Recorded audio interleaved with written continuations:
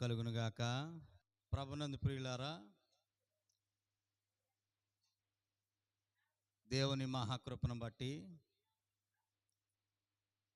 గడిచినటువంటి కాలము నుండి ఈ కాలము వరకు మహాదేవుని యొక్క హస్తాల కింద మనకు ఆశ్రయాన్ని అనుగ్రహించి కాశీ కాపాడినటువంటి దేవదేవునికి కృతజ్ఞతాస్తుతులు చెల్లిస్తూ ఉన్నాను. అలానే దేవుని పిల్లలుగా చక్కటి మందిరంలో దేవుణ్ణి ఆత్మతోనూ సత్యంతోనూ ఆరాధించడానికి అనుకున్న సమయానికి సంతోషంగా మనం దైవ సన్నిధికి వచ్చేసాము. మీకున్నటువంటి ఆసక్తిని బట్టి, దేవుడి పట్ల ఉన్నటువంటి విశ్వాసాన్ని బట్టి దేవుని స్తుతిస్తూ ఉన్నాను. మన సోదరులు వారితో కలిసి మనం అంతా చక్కటి పాటల ద్వారా దేవుని నామానికి మహిమకరంగా ఉండే పాటలు,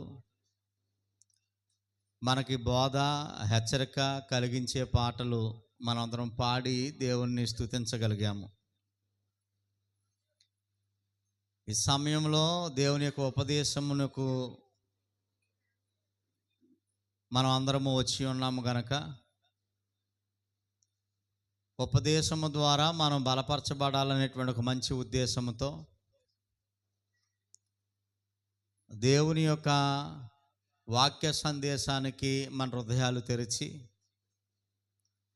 మన మనసులు దేవుని సన్నిధిలో వాక్యం పట్ల నిమగ్నమై ఉంచి కొంత సమయాన్ని దేవుని సన్నిధిలో గడపడానికి మనం అందరం సిద్ధపాటు కలిగి ఉందాం. ఇంకా మన దృష్టి ఏకాగ్రత ఇప్పటి వరకు ఒకవేళ ఎలాగున్నా అత్యంత విలువైంది దేవుని వాక్యం గనక వాక్యాన్ని ప్రేమతో స్వీకరించడానికి మీరు అందరూ పరిపూర్ణ సిద్ధపాటు కలిగి ఉండాలి.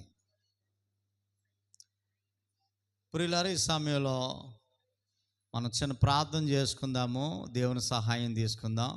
పరిశుద్ధుడైన మా తండ్రి, కృప కలిగిన మా దేవ, నీ ఘనమైన నామానికి స్తోత్రాలు నాయన. ఇక నీ పిల్లలు నాయన నీ వద్దకు వచ్చేసారు, నీ మాటలు వినడానికి సిద్ధపడి వచ్చారు నాయన. నీ మాటల్లో శక్తి ఉంది, మా జీవితాలను బాగు చేస్తుంది అనేటువంటి మంచి ఉద్దేశంతో నాయన నీ బిడ్డలు పరిపూర్ణంగా సిద్ధపడి ఉన్నారు. బోధన చేయుచున్నా నీ దాసుడైన నన్ను బలపరచండి నాయన. మరి వినుచున్నటువంటి నీ బిడ్డలు కేవలము వినడానికి మాత్రమే వచ్చాము అని కాకుండా విన్న వాక్యాన్ని వారి జీవితంలో సార్థకం చేసుకుని అనుసరించుటకు తగిన ఫలితాలు బిడ్డలు అనుభవించుటకు సహాయము చేయమని యేసుక్రీస్తు నామములో ఈ ప్రార్థన అడుగుచున్నాను మా తండ్రి. ప్రభునందు ప్రియులారా, మనము ప్రతి ఆదివారము ఏదో ఒక మంచి సందేశాన్ని మనం నేర్చుకుని ఆత్మీయంగా బలపడే ఒక అద్భుతమైనటువంటి దినము ఈ ఆదివారము దినము. నేను కానీ మీరు కానీ కాలక్షేపానికి వచ్చిన వారం కాం. ఇది ఏదో అలవాటుగా చేసుకుని వచ్చే పని కాదు. ఇది మన బాధ్యత. దేవుని పిల్లలుగా మనలను రక్షించి తన ఇంట్లో చేర్చుకుని నిత్యత్వానికి నడిపిస్తున్నటువంటి దేవదేవుణ్ణి ఆరాధించటము, పూజించటము అనేటువంటిది మన బాధ్యత, మన కర్తవ్యం. ఆ కర్తవ్యాన్ని మర్చిపోకుండా, బాధ్యతను మర్చిపోకుండా సంతోషంగా దేవుని సన్నిధానానికి మనం అందరం వచ్చాం. మొట్టమొదట సంగతిని మనం మర్చిపోకుండా ప్రతి క్షణము జ్ఞప్తిలో ఉంచుకోవాలి. ఈరోజు ఒక మంచి పాఠాన్ని మనం నేర్చుకుంటా ఉన్నాము. నేర్చుకోవడానికి ముందు గత వారం ఏ పాఠం నేర్చుకున్నామో మీకు ఏమైనా గుర్తుందా? వచ్చిన భక్తులు చాలా సంతోషం. ఈరోజు మనం ఆలోచిస్తున్నది, నేర్చుకుంటున్నది, ఆత్మీయంగా బలపరచబడబోతున్నది సందేశం ఏమనంటే, ఏది ఆదర్శవంతమైన కుటుంబం, అనే పాఠాన్ని మనం నేర్చుకోవడానికి ప్రయత్నం చేయబోతా ఉన్నాం. చెప్పండి ఒకసారి, ఏది ఆదర్శవంతమైన కుటుంబం? కుటుంబం అనే పదం మనకు కొత్త ఏం కాదు, తరచూ వింటున్న పదం ఇది, మనకు బాగా తెలిసినటువంటిది. ఎందుకనంటే మనం అందరం ఏదో కుటుంబానికి చెందిన వాళ్ళం. కుటుంబం లేకపోతే మనం లేము అనే సంగతిని మనం జ్ఞాపకం చేసుకోవాలి. ప్రియులారా, మహోన్నతుడైనటువంటి దేవుడు, సర్వశక్తుడైనటువంటి దేవుడు ఏకాకిగా ఉన్నటువంటి ఒక మనిషిని ఎన్నుకుని ఆ వ్యక్తికి మరొక జతను ఏర్పాటు చేసి దేవుడు పెళ్ళి అనేటువంటి బంధము చేత ఒక కుటుంబాన్ని కట్టాడు. అనాది సంకల్పంలో అప్పటి నుండి ఇప్పటి వరకు మన దేవుడు కుటుంబాలు కడతానే ఉన్నాడు. అంటే మన దేవుని పని కుటుంబాలు కట్టే పనిలో ఆయన ఉన్నాడు అనేటువంటి సంగతిని ఓ పాయింట్ మనం జ్ఞాపకం చేసుకోవాలి. వివాహం అయిన తర్వాత చిన్న కుటుంబం, భర్త భార్య చిన్న కుటుంబం, ఇద్దరితో ప్రారంభించబడుతుంది కుటుంబ వ్యవస్థ. ఇద్దరితో మాత్రమే ఏకాంగులుగా ఒంటరిగా ఎక్కడెక్కడ ఉన్నటువంటి వారిని దేవుడు జత చేయటం ద్వారా కుటుంబము అనేటువంటిది కట్టబడతా ఉంది. ఈ ఇద్దరితో ప్రారంభించబడినటువంటి చిన్న కుటుంబం దేవుడి ఆశీర్వాదం వలన వారు పిల్లలు కలిగితే ఇంకా కొంచెం కుటుంబం పెద్దదవుతుంది. అంటే భర్త భార్య పిల్లలు ఇద్దరితో ప్రారంభించబడినటువంటి కుటుంబం కాస్త పెద్దదవుతుంది. ఆ పిల్లలు పెరిగి పెద్దవాళ్ళై వివాహాలు చేసుకుంటే ఆ చిన్న కుటుంబం మళ్ళీ ఏమవుతా ఉంది, ఇంకా కాస్త పెద్ద కుటుంబం అవుతా ఉంది. ఇలాగా చిన్నగా ప్రారంభించబడినటువంటి కుటుంబం పిల్లల ద్వారా కుటుంబం వ్యవస్థ ఏమవుతా ఉంది, సైజు పెరుగుతూ ఉంది, సంఖ్య పెరుగుతూ ఉంది, బాధ్యత పెరుగుతూ ఉంది, ఖర్చులు పెరుగుతూ ఉన్నాయి, ఇవన్నీ పెరుగుతూ ఉన్నాయి. ఇది కుటుంబ వ్యవస్థ అనేటువంటి విషయాన్ని జ్ఞాపకం చేసుకుంటా ఉన్నాం. అయితే ప్రియులారా, మన పాఠం ఏంటనంటే ఏది ఆదర్శవంతమైన కుటుంబము అనేటువంటి విషయాన్ని మనం ఆలోచన చేయబోతా ఉన్నాం. మనకి ఒకే ఒక కుటుంబం కనబడతా ఉంది పరిశుద్ధ గ్రంథంలో. ఆ కుటుంబానికి మించినటువంటి కుటుంబం వేరే కుటుంబం లేదు. ఒకవేళ భూలోక కుటుంబాలు ఎన్ని కుటుంబాలున్నా, ఎన్ని వేల కుటుంబాలున్నా, ఎన్ని లక్షల కుటుంబాలున్నా, పరిశుద్ధ గ్రంథంలో కనబడుతున్నటువంటి ఆదర్శ కుటుంబాన్ని చూసే నేర్చుకోవాలి తప్ప నా కుటుంబం కూడా ఇలాగ ఉండాలి అనే సంగతి. అలాంటి ఆదర్శ కుటుంబాలు భూమి మీద బహుశా ఎక్కడ కనబడవు కనబట్టే ఇక్కడున్నటువంటి కుటుంబాలు ఆదర్శ కుటుంబాలుగా తయారవడానికే తయారు కేంద్రాలను దేవుడు ఏర్పాటు చేశాడు. కుటుంబాలు కట్టబడటం, ఆదర్శ కుటుంబంగా తయారు చేయబడే ఒక కేంద్రాలను దేవుడు భూమి మీద ఏర్పాటు చేశాడు. ఆ కేంద్రం పేరే జన్నలగరువు క్రీస్తు సంఘము. ఇది ఒక బ్రాంచ్, ఇది ఒక కేంద్రం. ఇలాగ ప్రపంచవ్యాప్తంగా ఎన్నో కేంద్రాలు ఉన్నాయి. ఏమి తయారు చేయడానికి? ఆదర్శ కుటుంబాలుగా తయారు చేయడానికి భూమి మీద దేవుడు ఎన్నో కేంద్రాలను దేవుడు తయారు చేశాడు. పాల కేంద్రం అనుకోకండి. కుటుంబాలను కట్టే కేంద్రాలు ఈ సంఘం అనే కేంద్రాలు. అయితే ప్రియులారా, ఇంతకీ ఆదర్శవంతమైన కుటుంబం ఏది అనేటువంటి విషయాన్ని మొదట మనం పరిశీలన చేద్దాం. ఇప్పుడు ఆ కుటుంబాన్ని బట్టి నా కుటుంబం అలాగుందా లేదా? ఒక లేకపోయినట్లయితే అలాంటి ఆదర్శ కుటుంబంగా నా కుటుంబం తయారవ్వాలి అనేటువంటి ప్రణాళికను మనం దేవుని సన్నిధానంలో నిర్ణయాలు తీసుకోవడానికి మనం ప్రయత్నం చేద్దాం. ప్రియ దేవుని బిడ్డలారా, ఎఫెసీ పత్రిక 3వ అధ్యాయానికి మనం రావాలి. ఎఫెసీ పత్రిక 3వ అధ్యాయము 14వ వచనము. అందరూ గ్రంథాలు తెరవాలి. ఎఫెసీ పత్రిక 3వ అధ్యాయము 14వ వచనము. ఈ హేతువు చేత పరలోకమందును భూమి మీదనున్న ప్రతి కుటుంబము ఏ తండ్రిని బట్టి కుటుంబం అని పిలువబడుచున్నదో ఆ తండ్రి ఎదుట నేను మోకాళ్ళుని ప్రార్థన చేయుచున్నాను అని 18వ వచనం చివరిలో ముగిస్తూ ఉన్నాడు ఆయన. ప్రియులారా, ఇక్కడ ఒక విషయాన్ని మనం జ్ఞాపకం చేసుకోవాల్సిన అవసరం ఉన్నది. ఏంటి ఆ విషయము?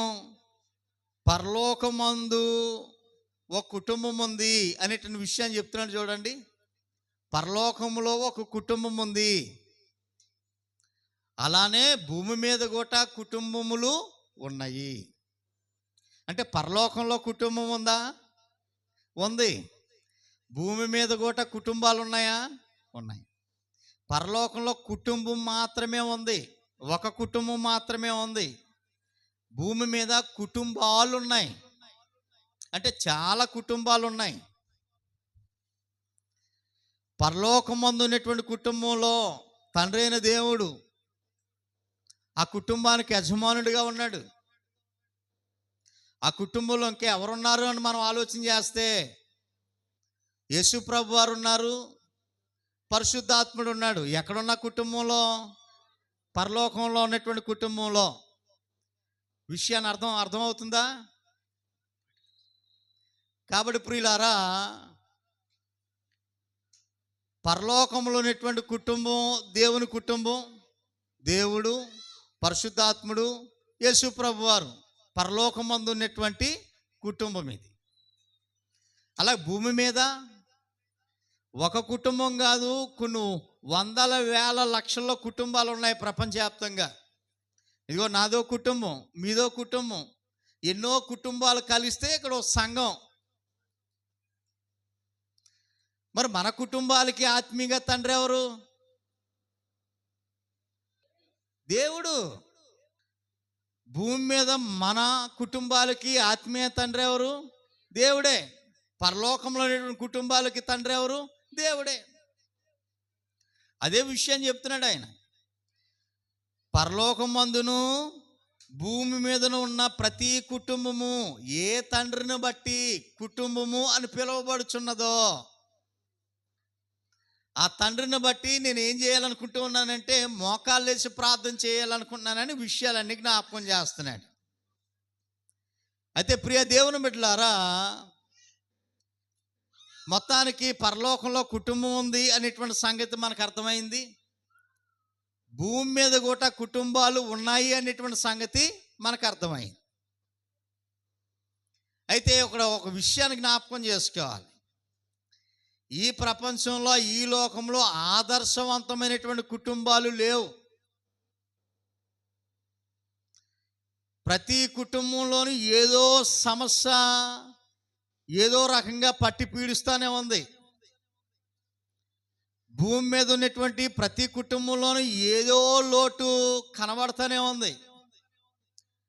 ఆ లోటును బట్టి ఈ కుటుంబాలు ఏ కుటుంబాలు కావు? ఆదర్శవంతమైన కుటుంబాలు కావు. ఒకవేళ ఆదర్శవంతమైన కుటుంబం అని అనగానే మా కుటుంబం కోసం చెప్తాడేమో, లేకపోతే పాస్టర్ గారి కుటుంబం కోసం చెప్తాడేమో, లేకపోతే ఎక్కడో ఉన్న కుటుంబం కోసం చెప్తాడేమో అని అనుకోవద్దు. భూమి మీద అయితే ఆదర్శవంతమైన కుటుంబాలు లేవు కనుకునే తయారవ్వాలి. అలా తయారవడానికి దేవుడు ఒక వ్యవస్థను భూమి మీద పెట్టాడు, సంఘ వ్యవస్థను. మరి ఏది ఆదర్శవంతమైన కుటుంబం అని అంటే అది పరలోకంలో ఉన్నది, అది దేవుని కుటుంబము అనే సంగతిని మనం మర్చిపోకూడదు. అంటే పరలోకంలో ఉన్నటువంటి దేవుని కుటుంబం ఈ ప్రపంచానికి ఆదర్శం. దైవ కుటుంబమే ఆదర్శవంతమైనటువంటి కుటుంబం. ఇప్పుడు మీరు చెప్పాలి నాకు, ఏది ఆదర్శవంతమైన కుటుంబం? పరలోకం మందున్న దేవుని కుటుంబమే. ఇప్పుడు మీరు చెప్పాలి నాకు, ఏది ఆదర్శవంతమైన కుటుంబం? పరలోకం మందున్న దేవుని కుటుంబమే ఆదర్శవంతమైన కుటుంబం. ఓకే, విషయాన్ని ఆలోచన చేద్దాం. ఆదర్శవంతమైన కుటుంబానికి కొన్ని గుణాలు ఉంటాయి, కొన్ని లక్షణాలు ఉంటాయి, కొన్ని విధానాలు ఉంటాయి, కొన్ని పనులు ఉంటాయి. అవి మన కుటుంబంలో, భౌతిక కుటుంబంలో, నా కుటుంబంలో ఉంటే ఈ కుటుంబం కూడా ఆదర్శవంతమైన కుటుంబంగా కట్టబడడానికి సిద్ధపడుతుందని అర్థం. అంటే పరలోకములో ఉంటున్న దేవుని కుటుంబంలో ఉన్న లక్షణాలు మన కుటుంబాల్లో కనబడుతుంటే, ఆ పనులు మన కుటుంబాల్లో కనబడుతుంటే నెమ్మదిగా ఎలా తయారవడానికి సిద్ధపడుతుంది? ఇక్కడున్న మన కుటుంబం ఆదర్శవంతమైన కుటుంబంగా కట్టబడడానికి, తయారవడానికి సిద్ధపడుతుందని మనం అర్థం చేసుకోవాలి. నేను ఈరోజు ఒక 3 పాయింట్లు చెప్పే ప్రయత్నం చేస్తాను. చాలా ఉన్నాయి కానీ అన్నీ అవసరం లేదు. 3 విషయాలు. ఫస్ట్ పాయింట్, ప్రియ దేవుని బిడ్డలారా, పరలోకంలో ఉన్నటువంటి దేవుని కుటుంబం, తండ్రి అయిన దేవుడు, యేసు ప్రభు వారు, పరిశుద్ధాత్ముడు, వారు ముగ్గురు కలిసి ఉన్నారు, ఏకమై ఉన్నారు. ఎవరు విడదీయరాని బంధంతో ముడిపడి ఉన్నారు. వేరువేరుగా లేరు వారు. పరలోకంలో ఉన్నటువంటి దేవుని కుటుంబంలో తండ్రి అయిన దేవుడు, యేసు ప్రభు వారు, పరిశుద్ధాత్ముడు వేరువేరుగా లేరు. నిత్యము వారు యుగయుగాలు, తరతరాలు కలిసే మెలిసే ఉన్నారు. ఆదర్శవంతమైన కుటుంబానికి ఉండవలసినటువంటి ఒక లక్షణం ఇది అన్నమాట. కలిసి ఉండాలి, ఏకమై ఉండాలి అనేటువంటి విషయాన్ని మనం మర్చిపోకూడదు. ఎవరిని బట్టి మనం ఈ విషయాన్ని ఆలోచన చేస్తూ ఉన్నాం? ఏ కుటుంబంలో ఈ ఐక్యత, ఏ కుటుంబంలో ఈ కలిసి ఉండే విధానం, ఏకమే ఉండే విధానం మనం ఆలోచన చేస్తున్నాం? పరలోకం ముందున్న దేవుని కుటుంబంలో వీరు కలిసే ఉన్నారు. చూడండి, యోహాను సువార్త 17వ అధ్యాయము. యేసు ప్రభు వారు ప్రార్థన చేస్తున్నటువంటి సందర్భం ఇది.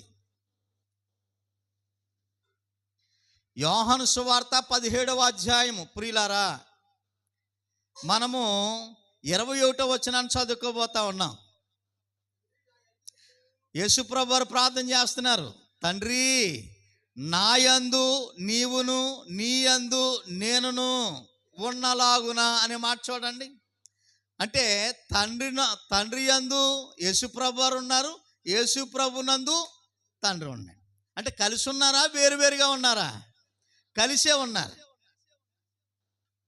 మరొకసారి మాట, తండ్రి నా యందు నీవును, నీ యందు నేనును ఉన్నలాగున వారును మన యందు ఏకమై ఉండాలని వారి కొరకు మాత్రము నేను ప్రార్థన చేయటం లేదు, వారి వాక్యము వలన నా యందు విశ్వాసముంచి వారందరూ ఏకమై ఉండాలని వారి కొరకు నేను ప్రార్థన చేస్తున్నాను.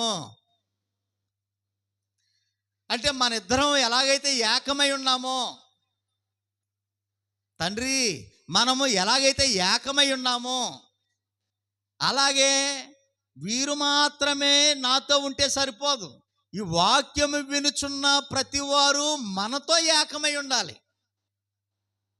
ఈ వాక్యము వినుచున్న వీరందరూ ఎవరితో ఏకమై ఉండాలి?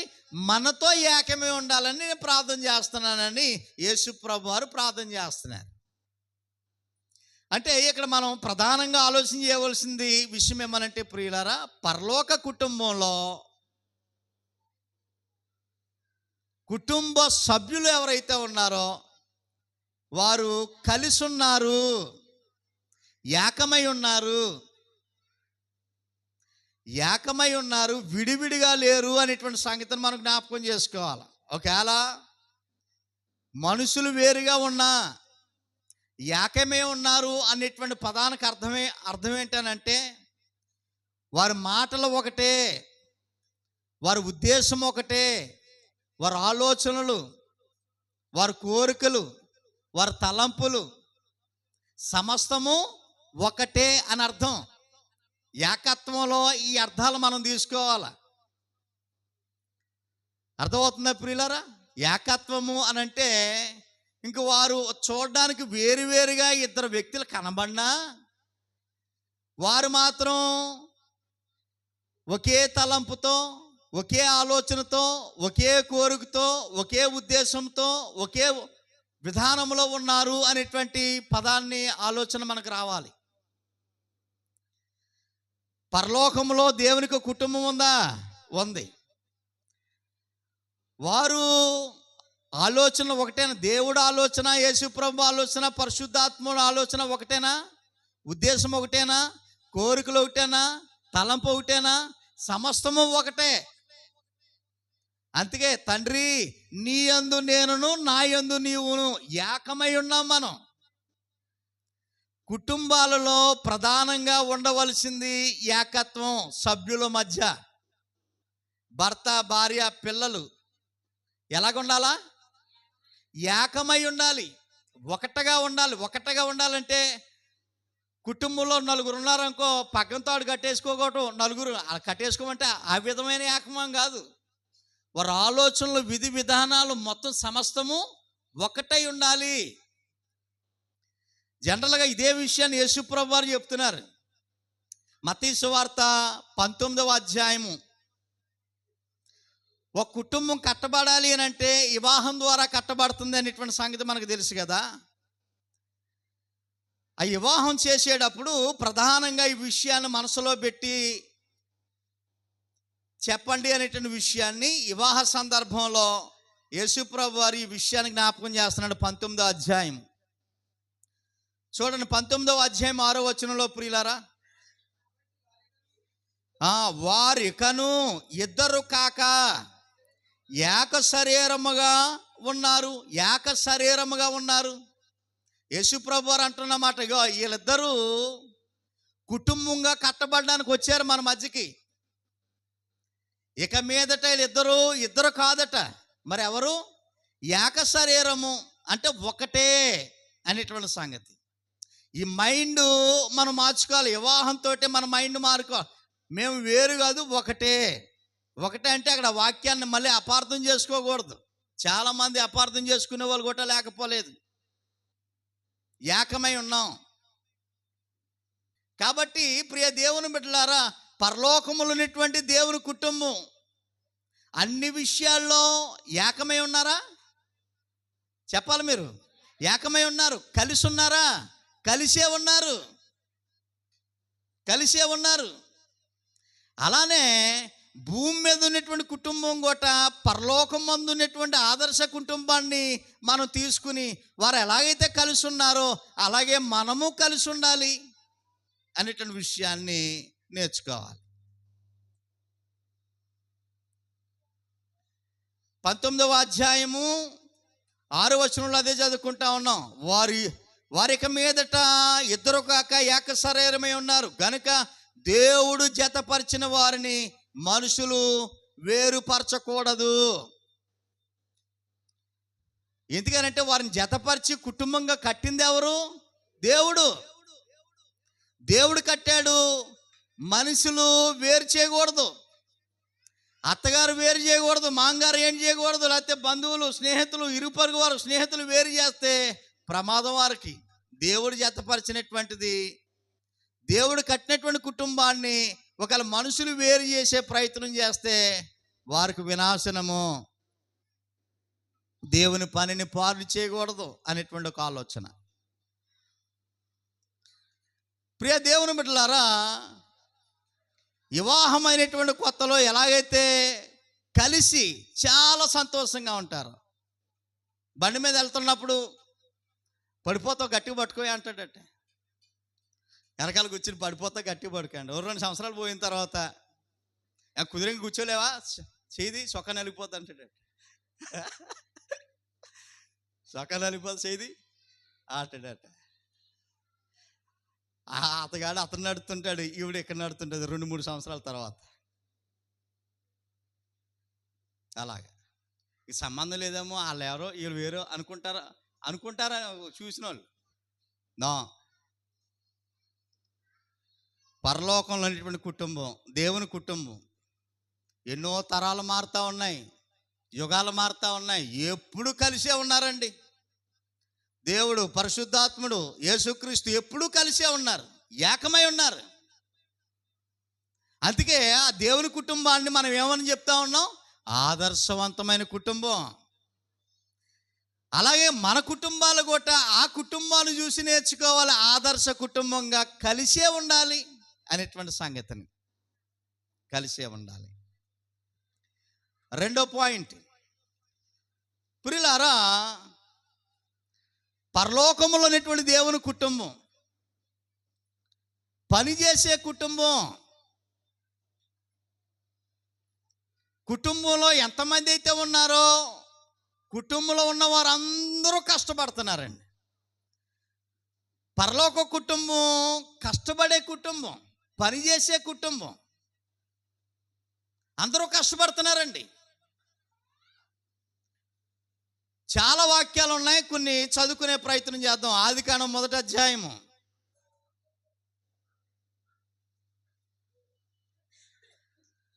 1వ వచనం నుండే మనం ఆలోచన చేద్దాం. ఆదియందు దేవుడు భూమి ఆకాశములు సృజించెను. భూమి నిరాకారముగాను శూన్యముగాను ఉండెను. చీకటి అగాధ జలముల పైన కమ్మియుండెను. దేవుని ఆత్మ జలములపై అల్లాడుచుండెను అనే మాట. ఈ మొదటి 2 వచనాలు చదువుకున్నట్లయితే తండ్రి అయిన దేవుడు కనబడుతూ ఉన్నాడు, కుమారుడు యేసుప్రభు వారు కనబడతా ఉన్నారు, అలానే ప్రియులారా పరిశుద్ధాత్ముడు కనబడతా ఉన్నారు. ఆ 2 వచనాల్లో ఈ ముగ్గురు చేసే పని కనబడతా ఉంది మనకి. ఈ సృష్టిని సృష్టించడంలో ముగ్గురు కష్టపడి పనిచేస్తూ ఉన్నారు, కలిసి పనిచేస్తూ ఉన్నారు. ఇక్కడ మనం జాగ్రత్తగా ఆలోచన చేసినట్లయితే తండ్రి అయిన దేవుడిది ఈ ఆలోచన, ఈ ప్లాన్ అంతా ఎవరిది? దేవుడిది. ప్రపంచాన్ని నిర్మించాలని, ఈ ప్రపంచాన్ని సృష్టించాలనేటువంటి ఆలోచన దేవుడిది. యేసు ప్రభు వారు వాక్య రూపంలో ఉండి ప్రతి దానిని చాలా చక్కగా ఆయన నిర్మిస్తూ ఉన్నారు, వాక్య రూపంలో ఉండి. అంటే దేవుడు ఆలోచనను యేసు ప్రభు వారు ఏం చేస్తూ ఉన్నారు? అక్కడ సృష్టి నిర్మాణంలో పని కలిగి ఉన్నాడు ఆయన. మూడోదిగా కుటుంబంలో పరిశుద్ధాత్ముడు జలములపై అల్లాడుచుండెను అనేటువంటి మాట కనబడ్డది. అంటే యేసు ప్రభు వారు సృష్టించినటువంటి, యేసు ప్రభు వారు చేసినటువంటి పనిని పర్యవేక్షిస్తూ ఉన్నాడు. పర్యవేక్షణ, సూపర్వైజింగ్ అంటారు చూసారా, పర్యవేక్షణ చేస్తూ ఉన్నాడు ఆయన. అంటే ఆ వాక్య భాగాన్ని మనం జాగ్రత్తగా పరిశీలన చేస్తే దేవుడు ఆలోచనను యేసు ప్రభు వారు అమలుపరచటం, పనిచేసి ఆ పనిని పరిశుద్ధాత్ముడు పర్యవేక్షించటం అనేటువంటిది మనం చూస్తూ ఉన్నాం. అంటే దేవుని కుటుంబంలో ఉన్నటువంటి ముగ్గురు కష్టపడి పనిచేస్తున్నారా? ఎవరన్నా ఖాళీగా ఉన్నారా? కష్టపడి పనిచేస్తున్నారు. ప్రియ దేవుని బిడ్డలారా, అలానే భూమి మీద ఉన్న మన కుటుంబాలు కూడా కష్టపడి పని చేయాలి. కుటుంబంలో ఉన్నటువంటి వారు అందరూ కష్టపడి పని చేయాలి. భర్త కష్టపడాలండి, కష్టపడాలి. ఉన్న పరిస్థితులను బట్టి భార్య కష్టపడాలండి, కష్టపడాలి. ఒక పిల్లలు చదువులు అయిపోయి పని చేసేంత వయసు ఉంటే పిల్లలు కూడా ఏం చేయాలండి? కష్టపడాలి. అలా కష్టపడడం ద్వారా కుటుంబం అంతా కష్టపడితే కుటుంబం సౌభాగ్యంగా ఉంటుంది. కొలతలుండవు, కరువులుండవు, ఇబ్బందులుండవు. అలా కాకుండా ఒకరే కష్టపడాలి, ఇల్లంతా తినాలి అని అనుకుంటే ఇబ్బంది పడిపోయే అవకాశం ఉంది. ఈ మాటలు జాగ్రత్తగా ఆలోచించే ప్రయత్నం చేయండి. ఒకరే కష్టపడాలి. ఇంట్లో 10 మంది తినాలనుకున్నాం అనుకోండి, సరైన భోజనం తినలేం, సరైన వస్త్రాలు ధరించలేం, సరైన వస్తువులు కొనుక్కోలేం, సంతోషంగా ఉండలేము. ఒకటి కష్టం వల్ల ఇల్లంతా బ్రతకాలని అంటే కష్టమైపోతుంది. ఒకవేళ అట్టు స్తోమత, వచ్చే రాబడి పర్లేదు, ఈ ఒకడికే ఒక 5 లక్షలు 10 లక్షలు చేస్తున్నాడు జీతం అనుకుంటే పర్లేదు. ఏనాటి కూలి ఆనాటే అనుకుంటే ఇల్లంతా కష్టపడాలి, ఇంట్లో ఉన్నటువంటి వారందరూ కష్టపడాలి అనేటువంటి విషయాన్ని జ్ఞాపకం చేస్తున్నాను. దేవుని వాక్యం చెప్తా ఉంది మనకి, కష్టపడకపోతే, ఆ రోజు పని చేయకపోతే భోజనం చేయడానికి అర్హత లేదు అనేటువంటి విషయం. ఎందుకు కష్టపడాలి మనం? కుటుంబంలో ఉన్నటువంటి అందరూ కష్టపడాలా, కొందరే కష్టపడాలా? అందరూ కష్టపడాలి. ఎందుకు కష్టపడాలి అని అంటే, పరలోకంలో ఉన్న దేవుని కుటుంబం కష్టపడ్డారు, వాళ్ళు పని చేశారు. అందుకే ఆదర్శ కుటుంబం అని చెప్పుకుంటున్నాం మనం. ఒకవేళ భర్త పర్లేదు, కష్టపడుతున్నాడు, కుటుంబాన్ని పోషించేంత ఆదాయం వస్తుంది అనుకోండి, ఇంట్లో ఉన్న భార్య కష్టపడాలి. ఇంట్లో బాగా కష్టపడాలంటే ఇంటి పని, బోలు పని ఉంటుంది. నిజంగా తల్లులకి, సోదరులకి ఇంటి పని చాలా పెద్ద పని ఉంటుందండి. మనం ఏమనుకుంటామంటే మగవాళ్ళు పెద్ద పని ఏముంది, నీడ పట్టున ఉంటుంది అనుకుని. ఇంటి పని చాలా కష్టం. ఇంట్లో ఉన్నటువంటి పని రోజుకి 30 కిలోమీటర్లు తిరుగుతుందట. ఎన్ని కిలోమీటర్లు? ఒక మహిళ రోజుకి 30 కిలోమీటర్లు. ఇది చాలా మనం అంచనా వేసలేం. ఇప్పుడు సాయంత్రం 12 వచ్చినోడికి ఈరోజు 30 కిలోమీటర్లు తిరిగాను అన్నదనుకో, అలా ఆవిడ ఇప్పుడు నేను వదిలేసి ఎక్కడికైనా పోయిందాం అనుకుంటాడు. ఏమండి, 30 కిలోమీటర్ వంటగదిలోకి, ఆ గదిలోకి, ఇదిలోకి, బయట రావడం, మేడెక్కడం, కింద దిగటం, బట్టలు ఆరేయటం, పొలంలో పొయ్యలిగించడం, ఇదంతా తిరిగిడే కదా. రెస్ట్ ఉండదు. కూర్చుని టీ తాగే అంత తీరుబడి కొట్టా ఉండదు. ఇది పనే. ఇంటి శుభ్రం, ఒంటి శుభ్రం, బట్టల శుభ్రం, ఇదంతా శుభ్రమే. అయితే ఇంకో విషయాన్ని జ్ఞాపకం చేస్తున్నాను.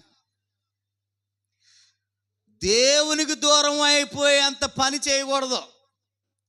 దేవుని కాదని దేవుని దాటిపోయేంత పని ఇంకా పని చేయాలి. పరలోకమందు ఉన్నటువంటి కుటుంబం పని చేసింది కాబట్టి నేను కూడా పని చేశాను. అయ్యగారు భలే చెప్పారు, నేను పని కలిగి ఉన్నాను, మా ఇంట్లో వాళ్ళందరూ పని చేస్తున్నాం. గుడి మానేసి దేవుని దూరం అయిపోయి చక్కగా పని చేస్తున్నాం అనుకుంటే పొరపాటు. అది చిన్న పొరపాటు కాదు, చాలా పెద్ద పొరపాటులోకి వెళ్ళిపోతారు. నువ్వు కష్టార్జితం అంతా పెద్ద సంచికి, పెద్ద కన్నం ఉన్న దాంట్లోకి, అంటే పెద్ద చిల్లు సంచిలో నీ కష్టార్జితం వేసినట్టు అయిపోతుంది అన్నమాట. కష్టపడాలి, కానీ దేవునికి ఇచ్చే స్థానాన్ని, దేవునికి ఇచ్చే సమయాన్ని ఖచ్చితంగా దేవునికి ఇవ్వాలి. దేవుని కాదని ఒకవేళ మనం కష్టపడితే ప్రయోజనం లేకుండా పోతుంది దేవుని దగ్గర. యేసుప్రభు పరలోకంలో కుటుంబం కష్టపడ్డారండి. ఎన్ని రోజులు కష్టపడ్డారండి? 6 రోజులు కష్టపడ్డారండి. మీరు 7వ రోజు ఏం చేశారండి? విశ్రమించారంటే చక్కగా ఫ్యాన్ వేసుకుని పడుకున్నారని కాదు, దేవుణ్ణి స్తుతించారు, ఘనపరిచారు, మహిమపరిచారు. అంటే దాని అర్థం ఏంటనంటే ఒక ఇంటిమేషన్ ఇస్తున్నాడు. నువ్వు కూడా కష్టపడు, వారం అంతా కష్టపడు, ఒకరోజు రెస్ట్ తీసుకో, గుడి మానేసి కాదు, మందిరానికి వచ్చి మళ్ళీ ఇంకో వారం రోజులకు సరిపడే శక్తిని దేవుడు ఆ మందిరంలో నీకు ఇచ్చేస్తాడంతే, ఆరోగ్యాన్ని ఇచ్చేస్తాడంతే. కాబట్టి కష్టపడాలి అనేటువంటి విషయం, పని చేయాలి. కుటుంబంలో ఉన్నటువంటి వారు అందరూ పని చేయాలి. భర్త, భార్య, పిల్లలు, అంత వయసు వచ్చే పిల్లలుంటే, పని చేసే పిల్లలుంటే పని చేయాలి. చూడండి ప్రియులారా, యోహాను సువార్త 5వ అధ్యాయము, యోహాను సువార్త 5వ అధ్యాయంలో ఇదే విషయాన్ని జ్ఞాపకం చేస్తా ఉన్నాడు భక్తుడు యేసు ప్రభువారు. చూడండి 16వ వచనము. ఈ కార్యములను విశ్రాంతి దినమున చేసినందున యూదులు యేసుని హింసించారట. అప్పుడు యేసు ప్రభువారు చెప్తున్నారు 17వ వచనంలో, నా తండ్రి ఇది వరకు పని చేయుచున్నాడు. అబ్బా, నా తండ్రి ఎవరు చెప్తున్నారు ఈ మాటలు? యేసు ప్రభువారే. నా తండ్రి అంటే పరలోక కుటుంబానికి అధిపతి అయినటువంటి దేవుడు ఇది వరకు పని చేసి ఉన్నాడు. అంటే దేవుడు ఏం చేశాడని మనకు అర్థమవుతుంది, పని చేశాడు. పనిమంతుడు అన్నమాట మన దేవుడు. మన దేవుడు పనిమంతుడు అండి. పని కలిగి ఉన్నాడు, ఆయన పని కలిగి ఉన్నాడు, ఎప్పటికీ పని కలిగే ఉన్నాడు ఆయన. మన దేవుడు ఇప్పటికీ పని చేస్తూనే ఉన్నాడు. ఇశ్రాయేలు దేవుడు కునకడు, నిద్రపోడు. అంటే ఇశ్రాయేలును కాపాడడంలో ఆయన సిద్ధపాటు కలిగి ఉన్నాడు పురాతన కాలంలో. ఇప్పుడు కూడా రాత్రి అనక పగలనక మనల్ని కాపాడుతూ బ్రతికిస్తూ ఉన్నాడు ఆయన. ఎవరి వల్ల బ్రతుకుతున్నాం అనుకున్నారు మనం? దేవుడు వలన. దేవుడే, ఆయన భద్రతలో ఉన్నాం కనుక బ్రతకగలుగుతూ ఉన్నాం. రేయింబగలు మనల్ని కాపాడుతూ ఉన్నాడు, కొనకుండా, నిద్రపోకుండా. అంటే ఇప్పటికీ పని చేస్తున్నాడు ఆయన. ఎస్, చేస్తున్నాడండి. ఎప్పటికీ పని కలిగి ఉన్నాడు మన దేవుడు. అందుకే నా తండ్రి ఇది వరకు పని చేశాడు, ఇప్పుడు పని చేస్తున్నాడు, ఎప్పుడు పని చేస్తే ఉన్నాడు. మరి నా తండ్రి పని చేస్తే మరి నేనేం చేస్తాను? నేనును యేసుప్రభువారు ఏమన్నారండి, నా తండ్రి ఇదివరకే పని చేశాడు, ఇప్పుడు నేనును పని చేస్తాను, నేను పని చేస్తాను. ఆ మాట ఎంత బాగుందో చూడండి. నేనును పని కలిగి ఉన్నాను, పరిశుద్ధాత్ముడు పని కలిగి ఉన్నాడు. పరలోక కుటుంబం, దేవుడు, యేసుప్రభువారు, పరిశుద్ధాత్ముడు ఎప్పటికీ పని చేస్తూ ఉన్నారు. అందుకే ఆదర్శ కుటుంబం అని చెప్పగలుగుతూ ఉన్నాం. ప్రియులారా, మనం కూడా ఏం చేయాలి? పని చేయాలి. పనిని కూడా పంచుకొని చేయాలి, సరదాగా చేయాలి. ఇంటి పనైనా ఏ పనైనా సంతోషంగా వేస్తే కుటుంబాలు బాగుంటాయి. అందరూ కష్టపడి పని చేయాలి, కష్టపడి పని చేయాలి. కొంతమంది అసలు ఎన్నిసార్లు చెప్పినా బోధ కలగదు, ఊరికే అలాగా ఖాళీగా తిరుగుతూ ఉంటుంటారు. ఆయన కొన్ని చోట్ల ఏదో పని చేసుకోవచ్చు కదరా బాబు అని అంటే అసలు బోధ కలగదు. భార్య అలా బాధపడతా ఉంటుంటుంది, తల్లి బాధపడతా ఉంటుంటుంది, పిల్లలు బాధపడతా ఉంటుంటారు. లోకంలో చాలామంది కనబడతా ఉంటారండి.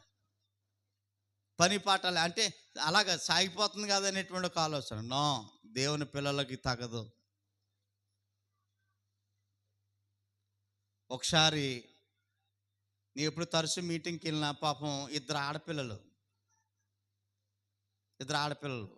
నన్ను అన్నయ్య అన్నయ్య అన్నయ్య అని అంటుంది. పాపం ఎప్పుడు చూసినా అన్నయ్య గారు ప్రార్థన చేయండి, ఈయన పని పాట చేయడండి, అలా గాలి తిరుగుతాడండి.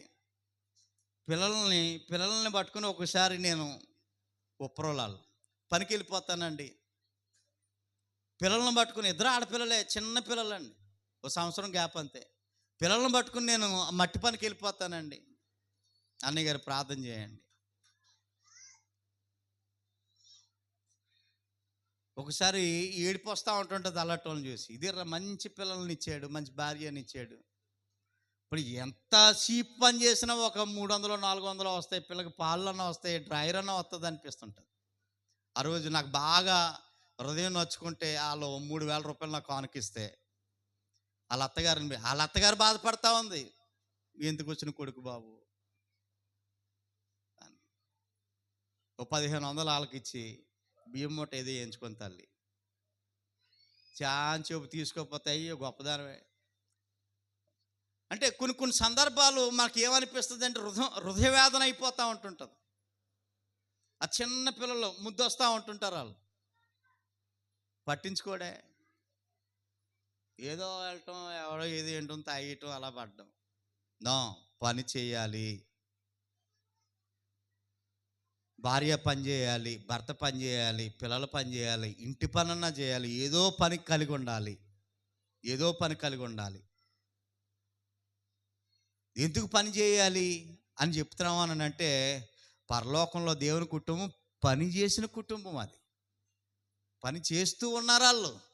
అలాగే మనం కూడా ఏం చేయాలి? ఆ కుటుంబాన్ని బట్టి మనం ఏం నేర్చుకోవాలి? పని చేయాలి, పని చేయాలి. అర్థమవుతుందా ప్రియులారా? ఆఖరి పాయింట్ చెప్పి నేను ముగించే ప్రయత్నం చేస్తాను. 3వ పాయింట్, ప్రియ దేవుని బిడ్డలారా, పరలోకంలో ఉన్న దేవుని కుటుంబం, పరలోకంలో ఉన్నటువంటి దేవుని కుటుంబం, ఈ దేవుని కుటుంబంలో ఎవరెవరు ఉన్నారని చెప్పుకున్నాం? దేవుడు, యేసుప్రభు వారు, పరిశుద్ధాత్ముడు. ఈ దైవ కుటుంబం, పరలోకంలో కుటుంబం. ఈ దైవ కుటుంబంలో, ఈ పరలోక కుటుంబంలో వీరు ఒకరినొకరు లోబడే ఉన్నారని ఎప్పుడు చూసినాను. అంటే తండ్రి అయిన దేవునికి యేసుప్రభు వ్యతిరేకించటం, లేకపోతే యేసుప్రభు వారికి పరిశుద్ధాత్ముడు వ్యతిరేకించటం, మాటలు పొంతన కుదరకపోవటం, గొడవలాడుకోవటం, భేదాభిప్రాయాలు రావటం, నీ మాట నేను లెక్క చేయను అంటాం, ఈ విధానం ఎప్పుడు మనకు కనబడదండి పరలోక కుటుంబంలో. అంటే ఈ కుటుంబంలో, ఈ దైవ సంబంధమైనటువంటి కుటుంబంలో నిత్యము ప్రారంభం నుండి ఎప్పుడు ఏం కనపడుతుందంటే లోబడే తత్వం, లోబడే తత్వం మనకు కనబడతా ఉంటుంది. నిత్యము లోబడే తత్వం మనకు కనబడతా ఉంటుంది.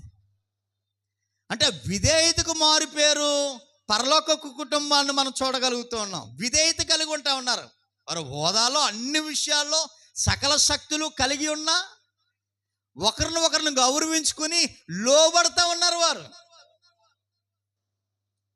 తండ్రి అయిన దేవుని కంటే యేసుప్రభు తక్కువేం కాదు. దేవునికి ఏ శక్తులు అయితే ఉన్నాయో పరిశుద్ధాత్ముడికి అదే శక్తులు, పరిశుద్ధాత్మకు ఉన్న శక్తులు యేసుప్రభు వారికి అదే శక్తులు. అసలు ఏ విషయంలోనూ రాజీ లేదు.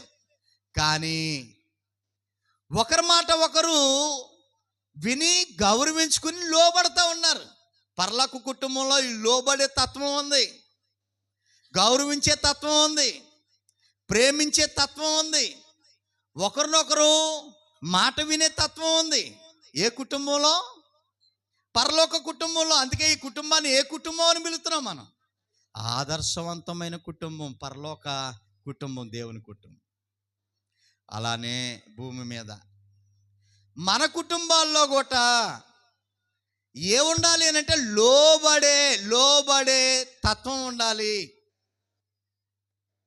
యేసుప్రభు వారితో దేవుడు మాట్లాడుతూ ఉన్నారు. లోకమంతా చెడిపోయింది, లోక ప్రజలందరూ దారి తప్పిపోయారు, నరకానికి చాలా వేగంగా ప్రయాణం చేస్తూ ఉన్నారు, నరక ప్రయాణానికి సాగుతూ ఉన్నారు, లైన్ గట్టి సాగుతూ ఉన్నారు. అది నాకు ఇష్టం లేదు. దేవుని పిల్లలు పరలోకానికి వెళ్ళాలి, కానీ పరలోక మార్గంలో నడవకుండా నరకానికి వెళ్తూ ఉన్నారు వీళ్ళ ప్రయాణం. వీరిని రక్షించడానికి ఎవరు వెళతారు అని పరలోక కుటుంబంలో చర్చ వచ్చినప్పుడు ఓ ప్రశ్న వచ్చినప్పుడు యేసు ప్రభు ఏమన్నారో తెలుసా? తండ్రి, నేను వెళ్తాను, నన్ను పంపు. భూలోకానికి నేను వెళ్తాను. భూలోకంలో ప్రజలందరినీ, నరకానికి పోతున్నటువంటి ప్రజలందరినీ పరలోకానికి నడిపించే పని చేయడానికి నేను వెళ్తాను భూలోకానికి. దేవుడు అంటా ఉన్నాడు, కుమారుడా, మరి భూలోకానికి వెళ్తే పాపం చేయకూడదు. పాపం చేస్తే పాపం చేసినటువంటి పాపరక్తము పాపాత్మను రక్షించలేదు. పాపము చేయకుండా ఉంటేనే ఆ పరిశుద్ధుని రక్తము పాపాన్ని తీసివేసే ఒక అమూల్యములుగా పనిచేస్తుంది. దేవుడితో ప్రభు ఏమన్నారు తెలుసా? దేవా, తండ్రి, నువ్వేం చెప్తే అదే చేస్తాను.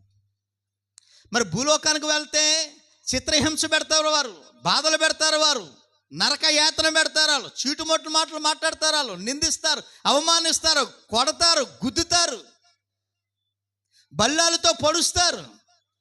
అయినా తండ్రి, నేను వెళ్తాను.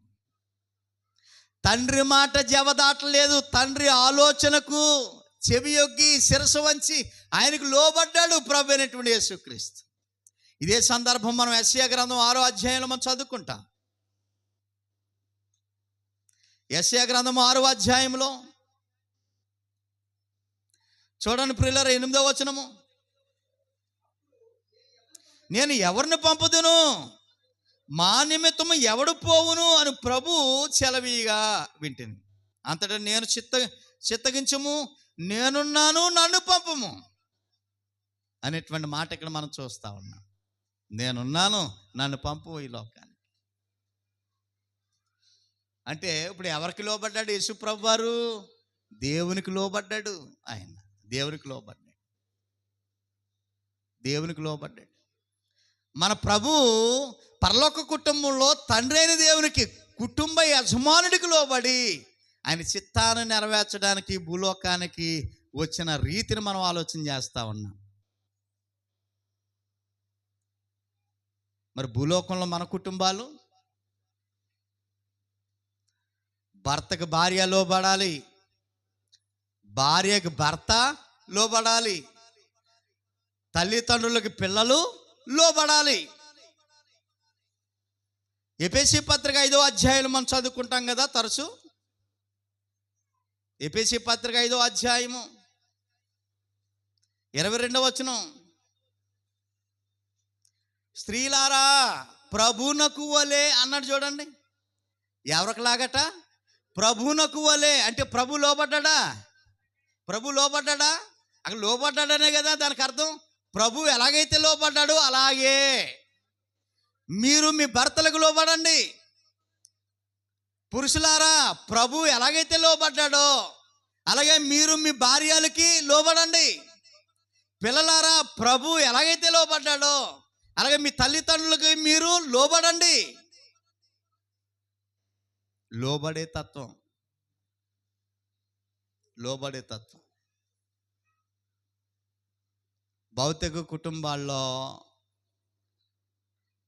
భర్తకు భార్య, భార్యకు భర్త, పిల్లలు అందరూ లోబడి ఉండాలి, విధేయత కలిగి ఉండాలి, గౌరవించుకోవాలి, ప్రేమించుకోవాలి అనేటువంటి విధానం మనం చూస్తూ ఉన్నాం. కాబట్టి ఈ విషయాలన్నీ ఏ కుటుంబాన్ని బట్టి నేర్చుకుంటున్నాం? మనం పరలోకములో ఉన్న దేవుని కుటుంబాన్ని బట్టి నేర్చుకుంటా ఉన్నాం. ఇప్పుడు మన కుటుంబాలు ఎలా తయారవ్వాలా?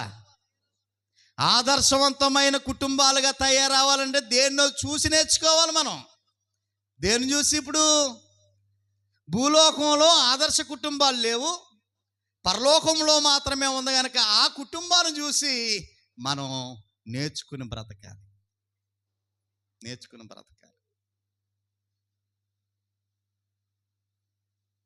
దేవుని మందిరంలో మహాతల్లి ప్రార్థన చేస్తుంది, మోకాల్లోని చేతులు పైకెత్తి స్తోత్రం స్తోత్రం స్తోత్రం స్తోత్రం హల్లెలూయా స్తోత్రం స్తోత్రం స్తోత్రం స్తోత్రం. గంట చేసింది. ఇంటికి వెళ్ళగానే రాయ్ బాంచేతగా. ఎవరిని ఎవరిని చెప్పాలి మీరు? నో, పరలోక కుటుంబం మనకు అది నేర్పించడం లేదు. పరలోక కుటుంబం మనకి ఏమి నేర్పిస్తుందంటే, ప్రభు దేవుడికి ఎలాగైతే లోబడ్డాడో అలానే నువ్వు భార్యకు లోబడాలి, భర్తకు లోబడాలి, పిల్లలు తల్లిదండ్రులకు లోబడాలి. స్త్రీలారా, పురుషులారా, పిల్లలారా, ప్రభునకు వలే, అంటే ప్రభు ఏదైతే చేశాడో అలాగే నువ్వు చెయ్యి అని అర్థం. అలాగే నువ్వు చెయ్యి. భర్త అయినా భార్యకు లోబడాలి, భార్య అయినా భర్తకు లోబడాలి, పిల్లలైనా తల్లిదండ్రులకు లోబడాలి. పిల్లలకు తల్లిదండ్రులు లోబడుతున్నారు. అప్పుడు చాలా తక్కువ మంది. తల్లిని ఎదిరించే పిల్లలు ఎంతోమంది ఉన్నారు, తండ్రిని ఎదిరించే పిల్లలు ఎంతోమంది ఉన్నారు. ఒరే, ఇవాళ ఆదివారం నాతో పాటు మందిరానికి రండి అని తల్లి చెప్తే, తండ్రి చెప్తే వచ్చే పిల్లలు ఎంతమంది ఉన్నారు? రావటం లేదంటే లోబడటం లేదన్నమాట. దేవుని పరిచర్యలో వాడబడు. తల్లి చెప్తే దైవ సంబంధమైనటువంటి ఆదర్శవంతమైనటువంటి పిల్లలు చాలా హుందాగా చక్కగా దేవుని సన్నిధిలో ఉండాలి. చక్కగా చదువుకుని వయసు అంతా ఫుల్గా చదువుకోవాలి. మరి జాబ్స్ వస్తే జాబ్ చేసి ప్రథమ స్థానాన్ని దేవునికి ఇవ్వాలి. సమయాన్ని, ధనాన్ని, బలాన్ని. పిల్లల భవిష్యత్తు బాగుంటుందండి, వారి స్థాయి బాగుంటుందండి, వారి ఉనికి బాగుంటుందండి. లోబడే తత్వం లేకపోవటం చాలా బాధాకరమైనటువంటి సంగతి. ప్రియ దేవుని బిడ్డలారా, పరలోక కుటుంబంలో దేవుడు, యేసు ప్రభు వారు, పరిశుద్ధాత్ముడు ఒకరికొకరు లోబడుతున్నటువంటి సందర్భం మనం చూస్తూ ఉన్నాం. యేసు ప్రభు వారు ఈ లోకాన్ని విడిచి వెళ్ళిపోయేటప్పుడు తండ్రికి ప్రార్థన చేస్తూ, తండ్రి అని దేవునికి ప్రార్థన చేస్తూ, ఇంకా నేను వచ్చేస్తా ఉన్నాను, వీని బలపరచడానికి పరిశుద్ధ ఆదరణకర్తను పంపించు. యోహాను సువార్తలో ఈ మాట మనకు కనబడతా ఉంటుంది. యోహాను సువార్త 14వ అధ్యాయము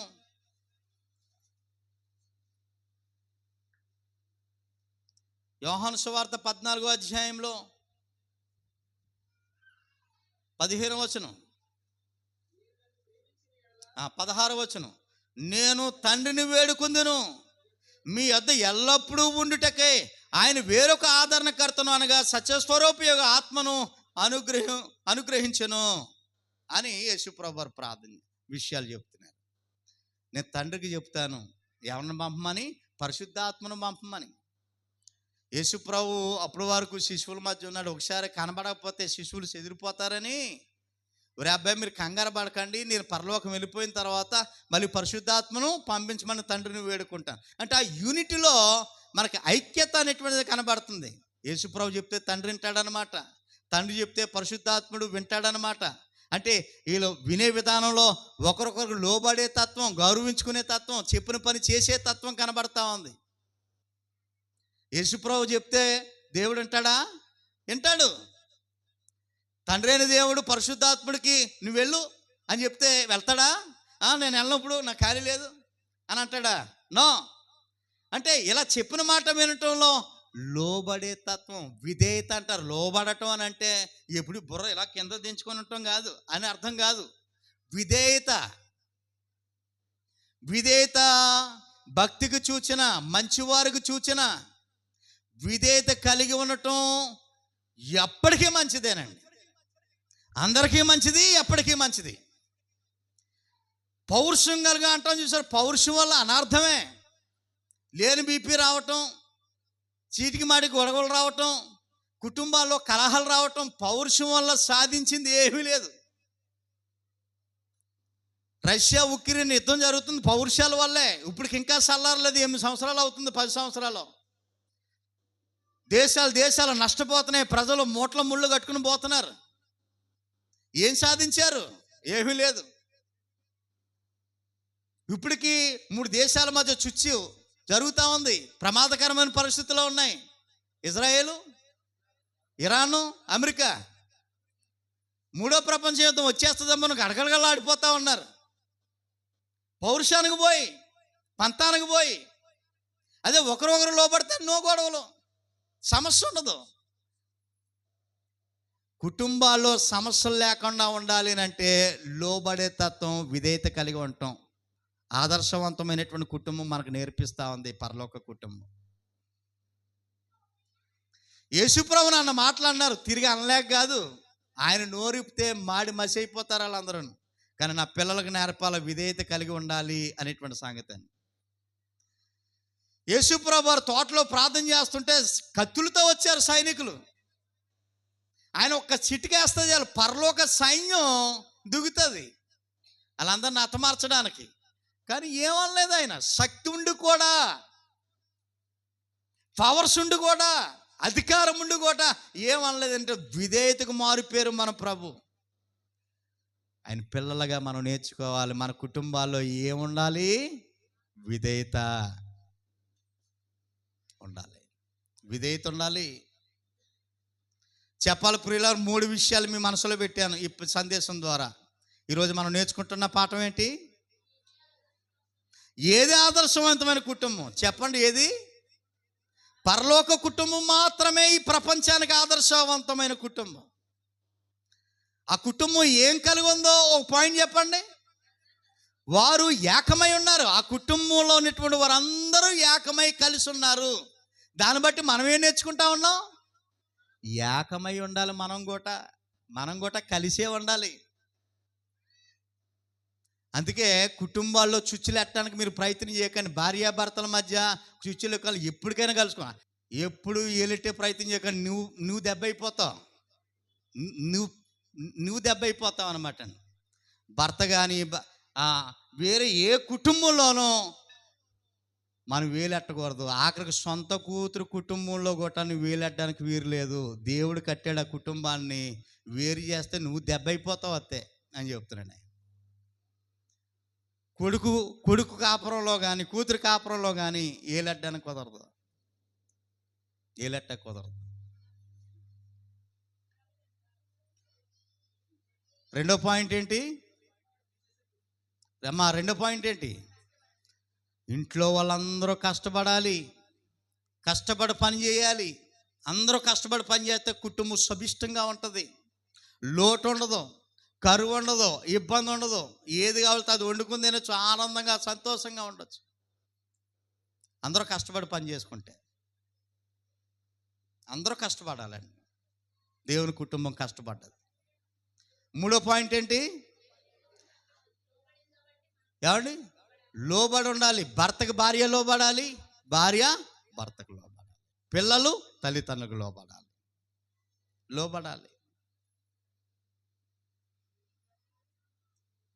లోబడాలండి. కావిడ ప్రార్థన చేసుకుంటూ మోకాలేసి ప్రార్థన చేసుకుంటే వెనకాల తాయగొచ్చి తన్నివాడట. భర్త తాయగొచ్చి వచ్చి తన్నివాడట. మోకాలేసి ప్రార్థన చేసుకుంటుంటే మహాతల్లి వెనకాల తాయగొచ్చి వచ్చి తన్నివాడట. పాపం చెప్పేది, నేను భరించలేకపోతున్నాను పాస్టర్ గారు, అయ్యారు విడాకులు తీసుకుందాం అనుకుంటున్నానండి, ఇంక నేను భరించలేనండి, విడాకులు తీసుకుందాం అనుకుంటున్నానండి, ఇదంతా నేను ఆగలేనండి. అమ్మ కంగారు పడకు తల్లి కంగారు పడకు.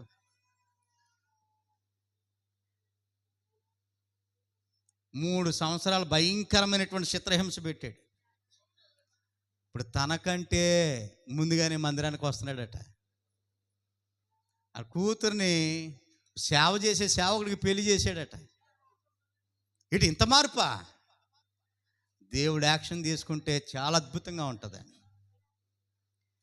దేవుడు యాక్షన్ తీసుకుంటే, దేవుడు పరిగణలో కుటుంబం ఉంటే, నువ్వు చేసిన ప్రార్థన దేవుడు వింటే ఖచ్చితంగా ఫలితం ఉంటుంది.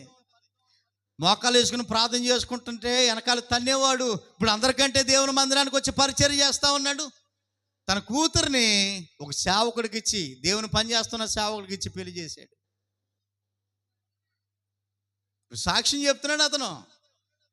ఒకప్పుడు భయంకరంగా ఉండేవాడు నేను, నా భార్య దయ వలన, నా భార్య ప్రార్థన వలన ఈరోజు నా కుటుంబం బాగుందని ఒక తాగుబోతాడు మారి ధైర్యంగా దేవుని సన్నిధిలో సాక్ష్యం చెప్తూ ఉన్నాడు. మారతారు. ప్రార్థన చేయాలి. ఆ ప్రార్థనలో కూడా లుసుకొండకూడదు, పట్టుదలతో చేయాలి. విశ్వాసంతో చేయాలి. ప్రార్థన చేస్తే కఠోరమైనటువంటి గుండెలు కూడా కరిగిపోతాయి. దేవుడు కరిగించేస్తాడండి, కరిగించేస్తాడు. అప్పుడే విడాకులు తీసుకుంటే ఈ రోజున ఆ సాక్ష్యం విలువ ఉండేదా? సాక్ష్యం అనేది ఉండేదా? ఉండేది కాదు. ప్రియ దేవుని బిడ్డలారా, విషయాన్ని ఆలోచన చేద్దాం. పిల్లలకి మనం ధైర్యపరచాల. తండ్రి అయినా తల్లి అయినా ఇప్పుడు ఈ మధ్య ఈ ఫోన్లు ఎక్కువ వచ్చేసాయి కదండి. ఫోన్లు, అమ్మా ఏదో చిన్న తేడా వస్తే చాలు, అమ్మా మీ అల్లుడు తిడుతున్నాడు, వచ్చాయి నేను పోషించుకోలేనా? ఇక్కడ నుండి ఈ మాటలు నో, కుదరదు. అది మా అమ్మగారు తిడుతున్నాడు, అత్తగారు తిడుతున్నాడు, నేను పెంచుకుంటాను. నో అమ్మా, ఉండు, సంతోషంగా ఉండు, మారుతారు. ప్రార్థన చేద్దాం మనం అందరం కలిసి. ఈ ఇల్లు నీది కాదు, ఇంకా ఆ ఇల్లే నీది. ఎంతమంది ఉన్నారు తల్లులు, తండ్రులు ఎంతమంది ఉన్నారు? పిల్లల కాపరాలు మనం కట్టాలి, లోబడే తత్వాన్ని నేర్పాలి. మీకు వేరేలాగా అనుకోవచ్చు కానీ ఇవన్నీ ట్రూ, సత్యం. మన పిల్లలకు విషయాలు నేర్పాలి. ఇప్పుడు కష్టంగా ఉండొచ్చు, ఇబ్బందిగా ఉండొచ్చు వాళ్ళకి, రేపొద్దున వారే మనల్ని పిలిచి భోజనం పెడతారు, మన పిల్లలు మనల్ని పోషిస్తారు. ఆ విధమైనటువంటి భయభక్తులతో పెంచితే మన పిల్లలను మనల్ని పోషిస్తారండి. వాక్య భయంలో పెంచితే మన పిల్లలను మనం పోషిస్తారు, మనం గౌరవిస్తారు. అర్థమవుతుందా ప్రియులారా?